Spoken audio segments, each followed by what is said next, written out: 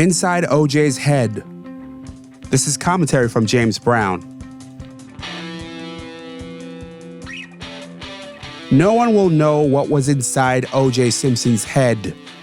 The Pro Football Hall of Famer turned infamous accused double murderer died of cancer a few weeks back.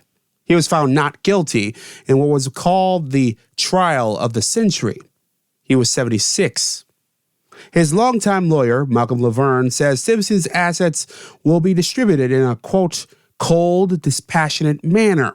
Laverne also says he has no interest in finding out the condition of Simpson's brain. CTE is a degenerative brain disease that has been found in athletes, especially former football players, due to repeated head injuries. It's thought to cause behavioral and cognitive issues like impulsive, aggressive, and antisocial behavior. Others face dementia or ALS, known as Lou Gehrig's disease.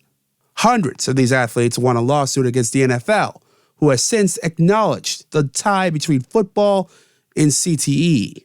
Whether OJ killed his ex-wife Nicole and her friend Ron Goldman or not, he displayed many of the signs of CTE. But no one will know what was inside OJ Simpson's head. On at least one occasion, said Simpson's lawyer, someone called saying he's a CTE guy who studies the brain. That's a hard no. His entire body, including his brain, will be cremated. And that's a shame. What do you think? Tell me in the comments and support my work at jamesbrowntv.substack.com or email me at jamesbrowntv@gmail.com. You could also leave me a message at 585-484-0339.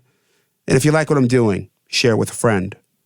On that note, I'm James Brown, and as always, be well.